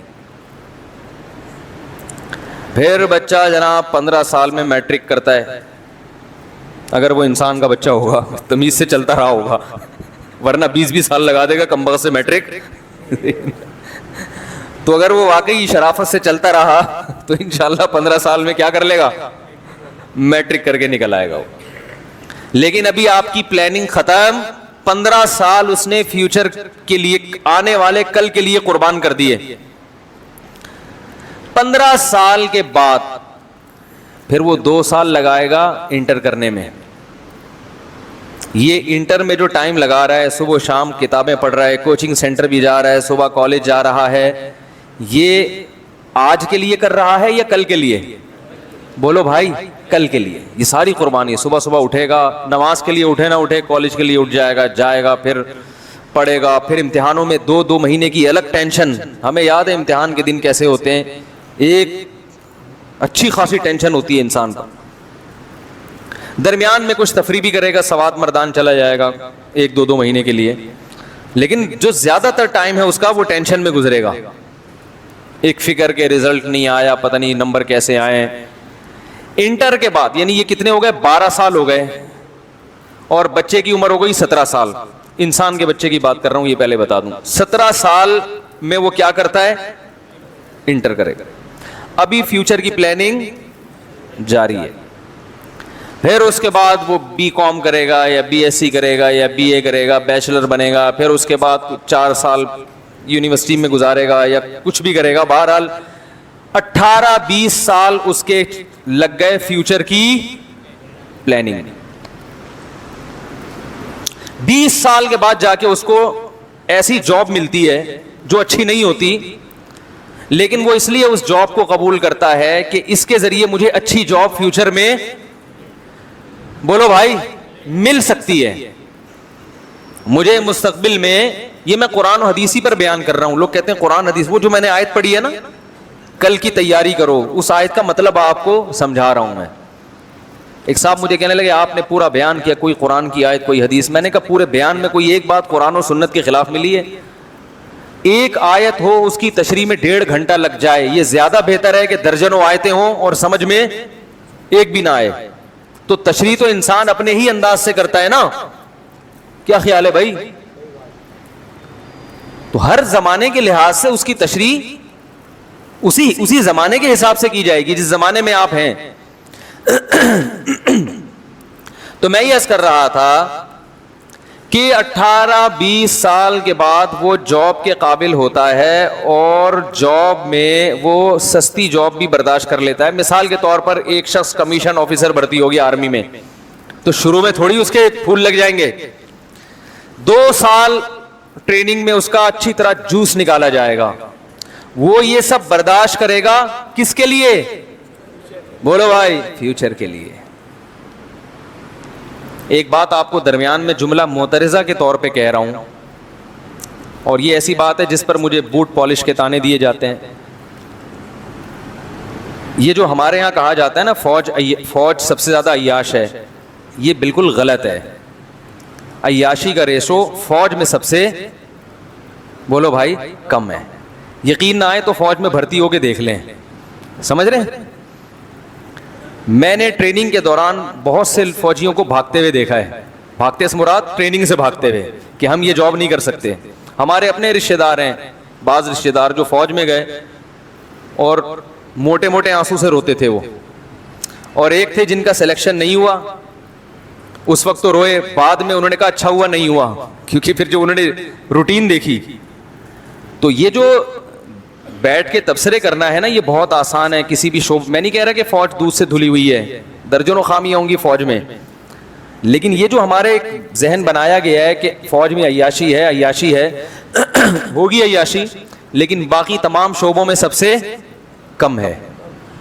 آپ تھوڑا سا جا کے ذرا دیکھ لیں فوجیوں کی زندگی, تو آپ کیمپنگ جو کرتے ہیں, جنگلوں میں رہتے ہیں, آپ نیوی میں جا کے دیکھیں, آپ جو ہمارے جو فوجی جوان پاکستان نیوی میں جو سمندروں میں رہتے ہیں, ہر وقت الٹی کی گولیاں ساتھ ہوتی ہیں, ہر وقت الٹیاں. سمندر کی زندگی بہت بڑی ٹینشن ہے, بہت بڑی ٹینشن ہے. پاکستان نیوی کا تو کام ہی سمندر میں رہنا ہے, تو کیسے ممکن ہے کہ ایک آدمی سمندر میں رہے, اور وہ جہازوں میں وہ سہولتیں نہیں ہوتی جو تجارتی جہاز ہوتے ہیں. یہ ایک ذہن بنایا گیا ہے باقاعدہ پروپیگنڈے کے تحت, اور پھر ایسا ذہن بنایا گیا ہے کہ جو ذرا سی فوج کی حمایت میں بات کرے تو اس کے خلاف بھی پورا ایک میڈیا جو ہے نا اس کے خلاف بولنا شروع کر دیتا ہے. آپ جب تک کسی چیز کی خود گھس کے تحقیق نہ کریں, اس کے بارے میں آپ کو کمنٹس کرنے کی اجازت نہیں ہے. واٹس ایپ, فیس بک, اخباروں کی تحریریں یہ ریسرچ نہیں ہوتی. کسی شعبے میں جائیں, آپ کو کوئی آفیسر لگتا ہے نا کہ وہ عیاش ہے, تو آپ جائیں ذرا اس کے ساتھ کچھ دن گزاریں, اس کے ساتھ کچھ دن آپ گزاریں, تو آپ کو پتا چلے گا کہ, اور پھر آپ کسی اسی لیول کے گورنمنٹ کے کسی دوسرے آفیسر کے ساتھ ٹائم گزاریں, تو آپ کو دونوں کی عیاشی میں فوج کا ایک 18 گریڈ کا یا 20ویں گریڈ کا آفیسر اس کے ساتھ ٹائم گزاریں, اور یہ بھی دیکھیں کہ کیا پاپڑ بیلنے کے بعد یہ یہاں تک پہنچا ہے, اور وہی 20ویں گریڈ کا کوئی دوسرا گورنمنٹ آفیسر ہو, آپ اس کے ساتھ ٹائم گزاریں, تو آپ کو دونوں کے لائف سٹائل میں زمین آسمان کا فرق معلوم ہوگا. سمجھ میں آ رہی ہے بات؟ زمین آسمان کا فرق پتہ چلے گا آپ. خیر, تو میں یہ عرض کر رہا تھا کہ آپ نے فیوچر کے لیے جاب ملی, آپ کو کم پیسوں کی جاب پہ آپ گزارا کرتے ہیں, کیا سوچ کے کہ یار تجربہ تو ہو پہلے, آہستہ آہستہ انشاءاللہ ہم کیا کریں گے, ترقی کریں گے. ترقی کرتے کرتے پھر آپ جب 30-35 سال کے جا کے ہوتے ہیں تو آپ کو اچھی جاب ملتی ہے. تو 30-35 سال آپ نے فیوچر کی پلاننگ میں اب رہ کتنے گئے؟ وہی 35 سال زیادہ رہ گئے ہیں نا ابھی زندگی کے. سمجھو بھائی بات کو, اب کتنے سال رہ گئے؟ 35 سال. تو اب آپ کو صبر کر کے بیٹھ جانا چاہیے تھا کہ 35 سال میں نے اپنے کھپا دیے اگلے 35 سالوں کے لیے. بھائی قبرستان میں آپ جا کے دیکھیں تو 60 سے 70 کے درمیان ہی آپ کو عمریں لوگوں کی نظر آئیں گی قبرستان میں.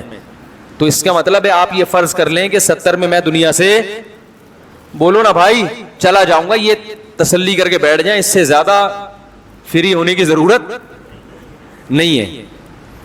گریوی ہے, اگر بائی چانس بچ گئے تو بچ گئے, لیکن وہ بچنے کے بعد اس قابل نہیں ہوتا کہ وہ لائف کو انجوائے کر سکے.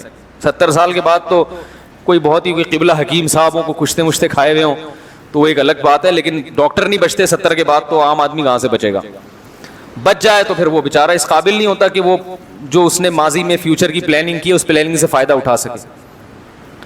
اس نے اگر ماضی میں پلاننگ کر کے شوگر ملیں لگا لی تو وہ چینی خود نہیں کھا سکتا, صحیح ہے نا, اس کو شوگر ہوگی, اس کو بلڈ پریشر ہوگا, پتہ نہیں کیا کیا بیماریاں ہوں گی اس کو. تو میں یہ کر رہا ہوں, دیکھو یہ آدھی زندگی اس نے لگا دی فیوچر کی پلاننگ میں, لیکن ابھی اس کی پلاننگ ختم نہیں ہوئی ہے. میں نے کوئی ایسا شخص نہیں دیکھا جو 35 سال میں فیوچر کی پلاننگ نہ کر رہا ہو. کوئی آپ نے دیکھا ہو تو مجھے بتائیں, عجائب گھر میں رکھوائیں گے انشاءاللہ اس کو ہم, کہ یہ 35 سال میں اس کی جو تنخواہ ہے اس پہ یہ صبر کر کے بیٹھ گیا ہے اور یہ کہہ رہا ہے میرے پاس اب کھانے پینے کا بہت ہے اور اللہ کا دیا میرے پاس بہت کچھ ہے, اب میں مزید فیوچر کی پلاننگ نہیں کروں گا, اب یہ 35 سال تک جو میں نے محنت کی ہے اب میں اگلے 35 سال بس اس محنت کا پھل کھاؤں گا. ہے بتاؤ دنیا میں کوئی ایسا؟ کیا ہو گیا بھائی, کوئی ہے؟ نہیں. تو ابھی عجائب گھر میں ہمارے ہاں جگہ خالی ہے. عجائب گھر ہم نے دیکھا تھا, میری عمر 18 سال ہو گئی تو میں پاکستان کراچی کا عجائب گھر دیکھنے گیا تھا, تو وہ عجائب گھر خود ایک عجائب گھر ہے. اس عجائب گھر کو بھی کہاں رکھ دینا چاہیے؟ عجائب گھر میں. اس میں کچھ ایسی چیزیں ہیں جو خود عجائب گھر میں رکھنے کے قابل ہیں. تو خیر لیکن ہوتا یہ ہے کہ 35 سال میں انسان حقیقت میں پلاننگ شروع کرتا ہے. اب کیا کرتا ہے؟ اب تو وہ کہتا ہے اب میں نے کمانا شروع کیا ہے, اب میں مستقبل کے لیے بچانا شروع کروں گا. بہت مشکل ہے بھائی سمجھانا. دیکھو 35 سال تک کمانے کی پلاننگ ہو رہی تھی. کیا مطلب؟ اپنے آپ کو پلاننگ کے قابل بنانے کی پلاننگ ہو رہی تھی. پلاننگ تو اب شروع ہوئی ہے. غلط تو نہیں کہہ رہا میں؟ 35 سال میں آپ کیا شروع کرتے ہیں؟ میرا گلا بیٹھا ہوا ہے, تھوڑی سی آپ کو بات سننے میں دشواری ہوگی. ابھی پنجاب کا میرا دورہ ہوا, وہیں قبلہ حکیم صاحب کے پاس گیا میں نے کہا اللہ کا واسطہ کوئی ایسی دوا دے دو گلا ٹھیک ہو جائے یار. تو انہوں نے علاج بالغذا بتایا ہے. حکیموں کے پرہیز اللہ کی پناہ. 2 مہینے شوربے کے ساتھ روٹی کھائیں, چاول نہیں کھانے. چاول پہ پابندی, بڑے گوشت پہ پابندی, تیل والی چیزوں پہ پابندی, اور آلو پہ پابندی, اور دال ماش, دال چنا, بھنڈی, سب پابندی. میں نے کہا یہ بتا دیں کھانا کیا ہے بس. تو انہوں نے کہا بکرے کا گوشت یا دیسی مرغی شوربے میں, وہ بھی گوشت کو زیادہ فوکس نہیں کرنا, اس کا شوربے میں لال آٹے کی روٹی ڈبو کے کھانی ہے. تو ڈبو کے کھانے کا تو آپ کو پتہ ہے کہ کتنا مزہ ہے. اللہ نے وہ لطیفہ سناتا رہتا ہوں نا ڈبو کے کھانے کا, تو بس یہی کھانا ہے. تو اب پنجاب کا دورہ تھا, وہاں لوگ دعوتیں کرتے ہیں. اب ان کو بول رہے ہیں بھائی وہ حکیم نے کہا 2 مہینے پرہیز کرو گلا ٹھیک ہو جائے گا انشاءاللہ. تو پرہیز کیسے کریں؟ تو دعوت میں تو لوگ چھوڑتے ہی نہیں ہیں. تو دعا کریں. اب 2 مہینے پرہیز کا ارادہ کیا ہے, دہی نہیں کھانا. تو حکیم خود بڑے ماشاءاللہ جاندار تھے. یہ بات 75-76 سال حکیم صاحب کی عمر ہوگی اور ماشاءاللہ جوان آدمی. تو میں نے کہا جو خود اپنی صحت بنا سکتا ہے انشاءاللہ وہ دوسروں کی صحت بھی. ورنہ آپ ڈاکٹر کے پاس جائیں نا, معذرت کے ساتھ کوئی ڈاکٹر صاحب بیٹھے ہوں تو وہ اپنی ٹھیک نہیں ہوتی. صحیح ہے نا؟ ڈاکٹر صاحب کی اکثر, سب نہیں, اکثر ڈاکٹروں کی اپنی صحت بیچاروں کی, کیونکہ جو صحت کے اصول ہیں اس پر وہ خود عمل نہیں کر رہے ہوتے. سگریٹ خود پی رہے ہوتے ہیں, رات کو 3 بجے تک تو کلینک سے بند کر کے آتے ہیں. 3 بجے ڈاکٹر صاحب کلینک بند کر کے آ رہے ہوتے ہیں اکثر, اور صبح 12 بجے تک پھر سو رہے ہوتے ہیں. تو کہاں سے صحت ٹھیک ہوگی؟ خیر, تو آپ دعا کریں میرا گلا ٹھیک ہو جائے. میرا تو سارا کام ہی گلے کا ہے. پورے رمضان میں نے اسی گلے کے ساتھ تراویح پڑھائی ہے, اسی گلے کے ساتھ 1.5 گھنٹہ بیانات کیے ہیں. تو بیٹھتا ہی جا رہا ہے. تو بہت سارے علاج کیے, فائدہ نہیں ہو رہا. دعا کریں. اب یہ جو پرہیز 2 مہینے کا ہے, یہ بکرے, کل میں دیسی مرغا لینے گیا, کہیں مل ہی نہیں رہا دیسی مرغا. تو وہ پھر پتہ چلا یہ دیسی بھی آج کل کیا آ رہے ہیں, اوپر سے یہ ہوتا ہے خالی, اندر سے اس کو وہی فیڈ کھلائی جا رہی ہے. خیر, اب کوئی ایسا نہ ہو ہدیے میں دیسی مرغے لا کے رکھ دے گھر میں. الحمدللہ اللہ کا دیا بہت کچھ ہے, مل جائے گا کہیں نہ کہیں سے. تو میں یہ عرض کر رہا ہوں کہ 35 سال پلاننگ کے قابل بناتا ہے اپنے آپ کو انسان, اور اس کے بعد پھر اصل پلاننگ تو اب شروع ہوتی ہے. بحریہ ٹاؤن میں پلاٹ لینے, یہ بھی انسان کے بچے کی بات کر رہا ہوں میں, پہلے بتا دیا. اگر صحیح طرح سے پڑھا ہو, اسکول گیا ہو, ٹائم پہ کالج گیا ہو, امتحان تیاری کر کے دیے ہوں, بالکل صحیح ایکوریٹ زندگی گزار رہا ہو, بالکل پرفیکٹ لائف ہو, تو وہ پھر 35 سال میں انسان کا بچہ بن جاتا ہے. ورنہ حالات آپ کو پتہ ہیں کہ کیا ہیں. 45 سال میں بھی لوگ کہتے ہیں یار ابھی تو کچھ ہے ہی نہیں, کیا کریں, بے روزگار پھر رہے ہوتے ہیں. تو 35 سال میں جب آپ کمانے کے قابل ہو گئے, آپ کی اچھی تنخواہ ہو گئی, تو اب آپ شروع کرتے ہیں فیوچر کی پلاننگ. ابھی پلاننگ اصل میں شروع ہوئی ہے. اب آپ کہتے ہیں میرے بحریہ ٹاؤن میں اتنے پلاٹ ہونے چاہیے. اب کوئی, میں تنخواہ لے رہا ہوں, کوئی بزنس اسٹارٹ کرنا چاہیے. یہ تو بہت تھوڑی ہے. پھر آپ پلاننگ کرتے کرتے کرتے کرتے اسی دوران بچے بھی ہو رہے ہیں, تو اپنی پلاننگ کے ساتھ بچوں کی بھی, کیا خیال ہے بھائی, بچوں کی بھی شروع, بچوں کا اسکول, فیسیں, وہ ساری حساب کتاب, مر جاتا ہے لیکن معذرت کے ساتھ کم وقت کی پلاننگ ختم بولو بھائی نہیں ہوتی. اور اگر بالفرض 50-55 سال میں آ کے بریک لگ گئی کہ یار میں نے جتنے پلاٹ خریدنے تھے خرید لیے, بچوں کو پڑھانا تھا پڑھا دیا, ذاتی مکان خریدنا تھا خرید لیا, سارے کام میرے ہو گئے, اب میں ہنسی خوشی زندگی گزاروں گا, تو فرشتے آ کے بزبان حال کہہ رہے ہوتے ہیں کہ 50 سال تو تیری عمر اسی میں لگ گئی, اب ہنسی خوشی زندگی گزارنے کے لیے زندگی ہی نہیں بچی ہے, ہنسی خوشی کہاں سے لگائے گا اس میں؟ بھائی پہلے کوئی جوہر تو ہو, وہ کسی صفت کے ساتھ متصف ہوتا ہے نا, کوئی چیز ہو تو وہ اچھی بھی ہوگی بری بھی ہوگی, چیز ہی نہیں ہے, تیری زندگی بچی نہیں ہے. 10-15 سال رہ گئے ہیں, وہ بھی 10 قسم کی بیماریوں کے ساتھ, شوگر, بلڈ پریشر اور ڈپریشن اور اسٹریس, یہ بھی ایک نئی بیماری ہے بہت تیزی سے معاشرے میں. وہ ڈپریشن اس بات کی ہوتی ہے کہ 50 سال میں جہاں تک آپ اپنے آپ کو دیکھنا چاہتے تھے پہنچے وہاں تک بولو بھائی نہیں ہو, تو اس کی وجہ سے اسٹریس میں ویسے ہی چلا جاتا ہے آدمی. پگڑی اپنی صحیح کرنا. اچھا کیا ہو گیا میری پگڑی کو بھائی, صحیح ہو گئی اب؟ تو اس کی وجہ سے ویسے ہی انسان کہاں چلا جاتا ہے, اسٹریس میں چلا جاتا ہے. اور درجنوں پھر اولاد کے الگ مسائل, کوئی اولاد بگڑ گئی وہ ساری پلاننگ کی واٹ لگا دیتی ہے, بگڑی بھی بیگم مل گئی, بد اخلاق عورت مل گئی, اس نے ساری پلاننگ کی بولو بھائی ایسی کی تیسی کر دی. سالہ مل گیا کوئی ایک بھی آڑا ترچھا, ایک سالہ بھی آڑا ترچھا مل جائے نا وہ ٹینشن کے لیے بولو بھائی. اور سوچو جس کے 3-4 قسم کے مختلف قسم کے سالے ہوں اس کی زندگی کیسی ہوگی ہیں؟ وہ تو شکر ہے اللہ نے ہمیں اچھے شریف سالے دیے ہیں, ورنہ رزق تو لے لیا نا ہم نے, رزق تو لے لیا نا. تو پلاننگ کرتے کرتے کرتے کرتے بڈھا ہو جاتا ہے, اور بالفرض اگر پلاننگ روک دے تو اب اس پلاننگ سے فائدہ اٹھانے کے لیے زندگی بہت تھوڑی بچی ہے, بہت تھوڑی زندگی بچی ہے, بہت تھوڑی. اور اکثر لوگ تو اچانک بیٹھے بیٹھے اٹیک ہو گیا, شوگر لیول ہائی ہوا, گردے ڈیمیج ہو گئے, ایک دم موت کی طرف لڑکتے ہیں.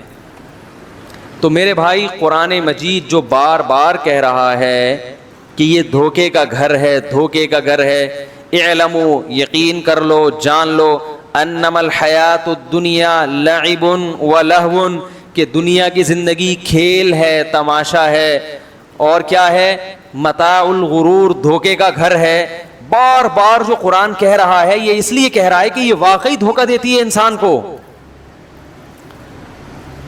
ہم یہ سمجھتے ہیں کہ دنیا مجھے دھوکہ نہیں دے رہی, یہ بہت بڑی بھول ہے.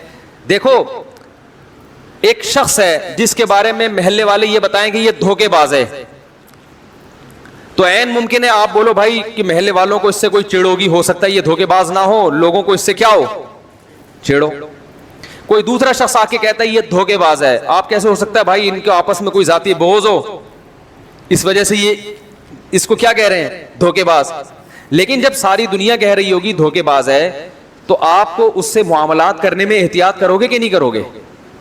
آپ کہو گے یار اس سے لین دین میں اب احتیاط بہرحال ضروری ہے کہ یار یہ ایسا ہے نہیں جیسا نظر آ رہا ہے, تو پیسوں کے لین دین میں آپ کیا ہو جاؤ گے, ہوشیار. تو یاد رکھو قرآن مجید میں اللہ تعالیٰ کا ارشاد ہے وَمَنْ أَصْدَقُ مِنَ اللَّهِ قِيلًا, اللہ سے زیادہ سچی بات کس کی ہو سکتی ہے, اللہ سے زیادہ سچ کون بول سکتا ہے. اللہ نے قرآن میں درجنوں جگہ پہ بتایا کہ یہ دنیا دھوکے کا گھر ہے. یا ایھا الناس ان وعد اللہ حق فلا تغرنکم الحیات الدنیا ولا یغرنکم باللہ الغرور. اے لوگو اللہ کا وعدہ سچا ہے, جس کل کو تم کل سمجھ رہے ہو وہ حقیقی کل نہیں ہے, حقیقی کل کوئی اور ہے. تو ایسا نہ ہو کہ تمہیں دنیا دھوکے میں ڈال دے کیونکہ یہ کیا ہے, یہ دھوکے باز دنیا ہے. تو اب آپ بتاؤ جس کو قرآن بار بار کہہ رہا ہے دھوکے باز دھوکے باز دھوکے باز, اور آپ اس سے بڑے آرام سے لین دین کر رہے ہو, آپ اس سے بالکل پورا اعتماد کر کے اس دنیا پہ بیٹھ گئے, تو بتاؤ پھر ہم اور آپ سے بڑا بے وقوف دنیا میں کون ہوگا؟ محلے میں ایک آدمی کے بارے میں کوئی ایک شخص کہہ دے کہ یہ دھوکے باز ہے, آپ احتیاطاً اس سے لین دین چھوڑ دیتے ہو کہ یار مارکیٹ میں یہ بندہ بدنام ہے. بدنام نہ بھی ہو, ایک شخص بھی کہہ دے گا نا, آپ ہوشیار ہو جاؤ گے. اور یہاں اللہ بار بار بتا رہے ہیں کہ یہ دنیا کیا ہے, دھوکہ دینے والی ہے, دھوکہ دینے والی. اور ایسا اس پر اعتماد کر کے بیٹھ گئے کہ یار میں یہ بھی کروں گا, میں یہ بھی کروں گا, میں یہ بھی کروں گا, پھر یہ بھی ہوگا, پھر یہ بھی ہوگا, پھر یوں ہو جائے گا, پھر یوں ہو جائے گا, اور پھر میں مزے اڑاؤں گا. نہیں نہیں نہیں اڑاؤ گے میرے بھائی. یہ آپ کو دنیا کیا کر رہی ہے, بے وقوف بنا رہی ہے. دیکھیے قرآن مجید نے دنیا کے لیے جو لفظ استعمال کیا, زینت کا لفظ استعمال کیا, زینت. فرمایا انا جعلنا ما علی الارض زینۃ لہا. کیا عجیب بلاغت ہے قرآن کی. فرمایا کہ یہ جو دنیا کے اوپر کی چیزیں ہیں یہ ہم نے دنیا میں رہنے والوں کے لیے مزین کر دی ہیں. خوب اچھی طرح بات کو سمجھنے کی کوشش کریں. زینت کسے کہتے ہیں؟ فیشن کو. کوئی دلہن کو زیب و زینت سے آراستہ کیا جاتا ہے نا, تو کیا مطلب, چاہے وہ خوبصورت ہو یا نہ ہو, اس کو زیور سے آراستہ کر کے, ڈسٹمپر کے ڈبے خالی کر کے اس کے اوپر اس کو بہرحال خوبصورت بنانے کی کوشش, بولو بھائی, کی جاتی. چاہے وہ حقیقت میں خوبصورت ہو یا نہ ہو, اس سے بحث بیوٹی پارلر والوں کو نہیں ہوتی. زینت کا مطلب ہے خوبصورت بنانے کی, بولو نا, کوشش. حقیقت میں خوبصورت بنانا کس کا کام ہے؟ اللہ کا. تو زینت کا مطلب ہے کہ کوئی چیز حقیقت میں اچھی ہو یا نہ ہو, دیکھنے میں بہرحال, بولے نا بھائی, اچھی لگے. تو ہر انسان, مرد بھی زینت اختیار کرتے ہیں, عورتیں بھی زینت اختیار کرتی ہیں, اپنی چیزوں کو بھی مزین کیا جاتا ہے. آپ نے دیکھا ہوگا جو گاؤں دیہاتوں کے لوگ ہیں وہ اپنی سائیکلوں پہ کیسے ٹیپ چڑھاتے ہیں نا, سائیکلوں پہ کیا ٹیپ چڑھا چڑھا کے نیلی پیلی پٹیاں, اور ایسے اس کو چھمک چھلو بنایا ہوا ہوتا ہے سائیکل کو. رکشے والوں کو دیکھ لو, ٹرک والوں کو دیکھو, مور بنا ہوا ہے, چیتا بنا ہوا ہے, پورے ٹرک پہ تنزانیہ کا جنگل آپ کو نظر آئے گا ہے, اور اس پہ نیلے پیلے, جو جس کو اللہ نے جتنی سمجھ دی اس کے حساب سے وہ اپنی چیزوں کو مزین کرنے کی کوشش کرتا ہے تاکہ دیکھنے میں کیا لگے, اچھی. اب گاڑی اگر کلر اچھا ہے اس کا, اور آپ نے اس پہ بڑا, جیسے دولہے کے کار کو سجایا جاتا ہے, بہت اچھی طرح سجا دیا, تو دیکھنے میں بہرحال وہ کیا لگے گی, اچھی. مگر حقیقت میں اچھی ہے یا نہیں یہ میکینک بتائے گا. وہ انجن اسٹارٹ کر کے دیکھے گا کہاں کہاں سے آوازیں نکل رہی ہیں, کہاں سے آواز نکلنی چاہیے مگر نہیں نکل رہی, اور کہاں سے نہیں نکلنی چاہیے مگر, بولو بھائی, نکل رہی. میں نے اپنی گاڑی دی کسی میکینک کو, میں نے بولا یہ عجیب سی ایک جگہ سے آواز آ رہی ہے. اس میکینک کے سمجھ میں نہیں آیا, اس نے وہ والی آواز بند نہیں کی جہاں سے آواز آ رہی تھی, جو مجھے بھی پتا تھا یہ دروازہ ہل رہا ہے, وہ آواز کیا کر دی اس نے, بند کر دی. تو انجن سے آواز آ رہی ہو یا کوئی اور چیز بج رہی ہو, اس سے پتا چلتا ہے کہ یہ اچھی ہے نہیں, یہ صرف دولہا کی کار کو, کیا دولہا ہی کوئی دیکھ لو, شیروانی پہنائی ہوئی ہے, پھول ڈالے ہوئے ہیں گلے میں, اور بڑا بیوٹی پارلر سے تیزاب سے نہا کے آیا ہوا ہے ماشاءاللہ, سارے جراثیم بھی اس کے مر گئے, کیسا چمک رہا ہوتا ہے. لیکن کیا یہ اس کی علامت ہے کہ یہ دولہا واقعی اچھا ہے؟ بھائی اچھا لگ رہا ہے یا نہیں ہے یہ تو دلہن بتائے گی 6-7 مہینے کے بعد, کہ جب وہ عدالت میں خلا لینے کے لیے گئی بھی ہوگی تو پتہ چلے گا کہ یہ اچھا تھا بھی یا, بولو نا بھائی, اچھا تھا یا نہیں تھا. تو زینت کا مطلب ہوتا ہے کسی چیز کو آراستہ کر دینا. تو اللہ نے قرآن میں کہا انا جعلنا ما علی الارض, زمین کے اوپر جو کچھ ہے یہ ہم نے آراستہ کر دیا ہے, دیکھنے والوں کو اچھا لگتا ہے. اچھا ہے نہیں, یہ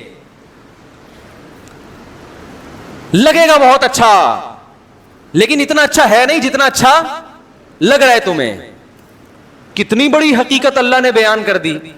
تو اب ہم کیا کریں, اللہ اگر اچھا لگ رہا ہے لیکن ہے نہیں تو ہم کریں کیا, پھر چھوڑ دیں اس کو؟ بھائی سوال پیدا ہوتا ہے جب اچھا لگ تو رہا ہے نا, بہرحال اب کیا کریں, ہم تو جو چیز ہمیں لگے گی ہم تو اسی پر عمل کریں گے نا. بھائی گاڑی اوپر سے بھی تو دیکھی جاتی ہے نا, اچھی لگ رہی ہے کہ نہیں لگ رہی.